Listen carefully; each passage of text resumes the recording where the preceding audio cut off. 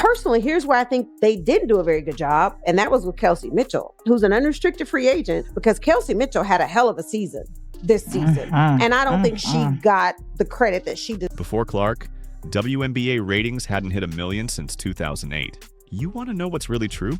We'll show you how Kelsey Mitchell's career exploded, breaking down the calculated lies from Sheryl Swoopes and revealing the radical sacrifice that's built this dynasty. The WNBA is drowning in bitterness. For the past 2 years, the league's most celebrated veterans have spent their time trying to dim the star of Caitlin Clark. It's a relentless, toxic crusade being waged on social media, on television, and in the darkest corners of the sports conversation. But then there was the moment that detonated the entire narrative. It came not from a commentator, but from the most unlikely source. A fellow teammate who was finally getting the respect she deserved. Kelsey Mitchell looked into the camera and delivered a truth bomb so sincere, so powerful, it exposed the envy eating away at the league's old guard. Speaking of moments, you've been, as you mentioned, your career with the Fever. First 6, though, were tough, obviously. They weren't as easy. You guys have made the playoffs the last 2. What's been the big turnaround? How have you viewed the way the team has grown organically? And then you bring in Caitlin, who changed the world, changed the dynamic of basketball. And as a friend and as a player, you grow to appreciate her because, certain doors have opened because she's come to the Fever, and you have to respect that. And I love the teammate and person in her because she's accepted it with so much grace and even welcomed us with open arms to, make this thing happen. So I think it just took a lot of big pieces to make, what it is now. That statement, coming from the one player who had every reason to be bitter, was a monumental betrayal to every single one of Clark's haters. You've changed the world in so many ways. You've done it with so much grace. And I'm so happy to take the floor with you, to be a part of this experience. I want to tell you to give yourself some grace, kid. You've done a lot of things that not a lot of people can do. And from me to you, I'm always going to be a fan. I'm always going to be in your corner. I'm always going to be in your backcourt. We are going beyond the soundbite to uncover the shocking history that makes Mitchell's words undeniable and why her loyalty has permanently put a legend like Sheryl Swoopes on the wrong side of history. This isn't just about basketball. It's a masterclass in leadership, a betrayal of the past, and the shocking birth of the next great sports dynasty. You've been with Indiana through the thick and thin. You've been with them since, like we was talking, like we about to go get our rhythm on Indiana. You've been there, you stuck through until now being in the semifinals. What does that feel like? And for people watching, like girls, boys, if they athletes, not athletes, what does it feel like to stick through something and now see it come into full fold? To truly grasp the weight of Mitchell's loyalty, you have to rewind to the Fever's darkest timeline. Forget the sold-out arenas and primetime coverage of today. When Mitchell was drafted with the number 2 overall pick in 2018, she wasn't joining a contender. She was joining a doormat. The franchise had just gone through its first of 7 straight losing seasons. They had no star power, no direction, and quickly became the league's perennial punchline. Imagine this. From 2018 through 2023, Mitchell's Fever racked up a combined record that was simply abysmal. There were years where they won only 6 games, seasons where their victory total barely reached double digits. This wasn't just losing, it was institutional failure. Mitchell lived through coaching carousels, constant front office turnover, and lineups so thin they felt like G League experiments. She was the one who had to go out there every night, put up 18 or 20 points, and then face the media. Forced to smile through the pain and spin cliches about building blocks after yet another demoralizing blowout loss. She was the sole survivor, the high-scoring engine that kept running, despite the car being perpetually broken down. She was on the WNBA All-Rookie team, yet her career was buried in irrelevance. This was her thankless, high-scoring grind. She kept showing up, she kept putting points on the board, and she kept the lights on until the franchise could finally afford the electricity. But that level of unrelenting struggle, that kind of commitment to a broken team, created a loyalty that was about to be put to the ultimate, most painful test, welcoming a player who instantly received everything Mitchell had worked a lifetime for. Hasn't made the playoffs the last 2. What's been the big turnaround? How have you viewed the way the team has grown organically? Oh, man, I think a big shout out to the organization taking time to rebuild. I think our draft picks ended up coming big. Lexi Hall was a big draft pick, and then you get Kaylin, and then you get AB. And so you culminate that together with, my experience and having to, go through a couple of things before they got there. I think it was just like a match made in heaven, really, because I was, still at a young age to really, vibe and get to know these players for who they were. And then you bring in Kaylin, who changed the world, changed the dynamic of basketball. And as a friend and as a player, you grow to appreciate her because, certain doors have opened because she's come to the Fever, and you have to respect that. While Mitchell was holding the lights on for the Fever, a louder, more toxic narrative was taking shape. One championed by former players who now sit in media roles. The primary antagonist was Sheryl Swoopes. Swoopes is a legend, a pioneer, but over the last year, she has made it her personal public crusade to diminish Clark's impact. The controversy wasn't just about critique, it was built on flat-out false claims. Swoopes infamously spread the idea that Clark was a fifth-year senior who was 25 years old, playing against younger women. She claimed Clark took 40 shots a game. These statements weren't mistakes. They were calculated falsehoods that fueled the resentment narrative. When challenged, Swoopes offered a shallow apology for the age mistake, but never truly owned the toxic intent behind the comments. This aggressive push to cast doubt, to suggest Clark's success was manufactured or unfair, became the rallying cry for every bitter voice who felt overshadowed by Clark's rise. The irony is suffocating. A pioneer who should be celebrating the sport's expansion was instead spending her time actively trying to tear it down. This was the atmosphere Mitchell was navigating. Now, you were an MVP finalist this year with our own Chiney Ogwumike even saying that you had the best season of any guard this year in the league. What has it been like to get that kind of recognition and get your flowers? Oh, I appreciate it. I've been to a lot throughout the course of my career with Indiana Fever. It's been like my longest, ever. So it's for me, it's a humbling experience to kind of see myself make waves from where it started to where it is now. And just kind of respect the game, lean on the game as far as creating bonds and friendships. And now you get to see us do that now, a couple years later. The Fever's resurrection didn't start with Clark. It started with a slow, agonizing rebuild that saw Mitchell endure years of lost promise. The first true rays of hope arrived with the 2022 and 2023 drafts. In 2022, they took Lexi Hall with the 6th overall pick. Hall, a Stanford standout, brought the defensive tenacity and relentless grit the team desperately needed. She was a defensive cornerstone, but the team still lacked a true offensive anchor. Then came Aaliyah Boston in 2023, the number. 1 overall pick and a defensive powerhouse at center.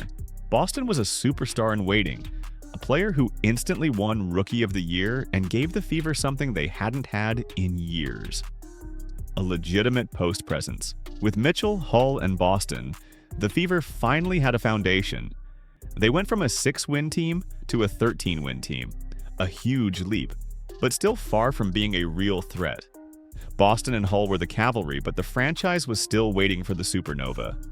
Their arrivals proved the team was capable of change, but they were still missing the player who could bend the entire sports media universe to their will. The arrival of Caitlin Clark was the final cataclysmic event that turned the Fever from a building project into a national obsession. Clark wasn't just a great player, she was a cultural shift wrapped in a jersey. The numbers don't lie. Before Clark, the WNBA struggled to get 1 million viewers for a regular season game since 2008.